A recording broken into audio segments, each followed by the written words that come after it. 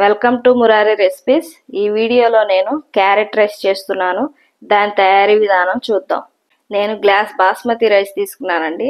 దాన్ని 2-3 సార్లు శుభ్రంగా కడిగి ఒక అరగంట ముందే నానబెట్టుకున్నాను. మీరు కావాలంటే మామూలు బియ్యంతో అయినా చేసుకోవచ్చు. స్టవ్ వెలిగించుకొని గిన్నె పెట్టుకొని గ్లాస్కి గ్లాసున్నర ఎసురు పోసుకున్నానండి.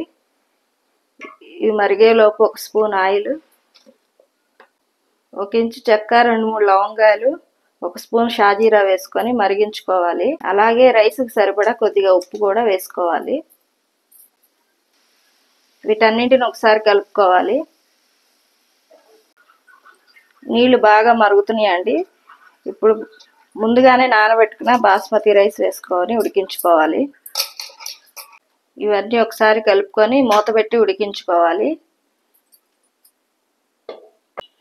అన్నం ఉడికేలోపు క్యారెట్ని పీల్ చేసుకొని తురిమి పెట్టుకుందాం.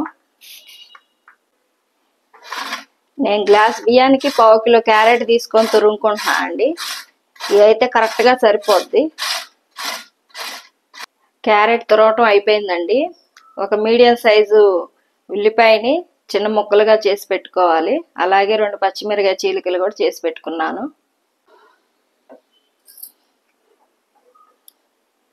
అన్నం ఉడికిపోయిందండి. ఈ రైస్ని వేరే ప్లేట్లో పెట్టుకొని చల్లారి పెట్టుకోవాలి.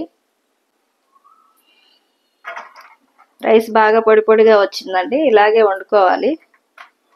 ఇప్పుడు స్టవ్ వెలిగించి మరో ప్యాన్ పెట్టుకొని ఆయిల్ వేసుకోవాలి. ఆయిల్ బదులు నెయ్యి అయినా వాడుకోవచ్చండి. నూనె వేడయ్యాక 2 రెమ్మలు కరివేపాకు వేసుకోవాలి.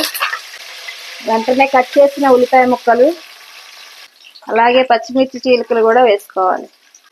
వీటన్నింటిని ఆయిల్లో ఒకసారి ఫ్రై చేసుకోవాలి.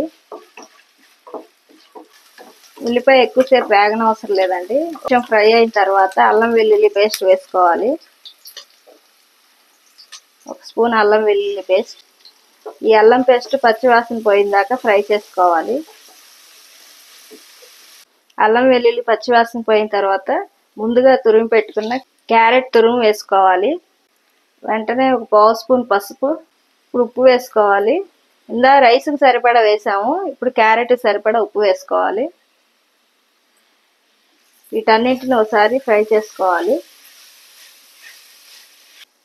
క్యారెట్ ఫ్రై అయిన తర్వాత 1 స్పూన్ కారం, అలాగే 1 స్పూన్ గరం మసాలా వేసి ఫ్రై చేసుకోవాలి.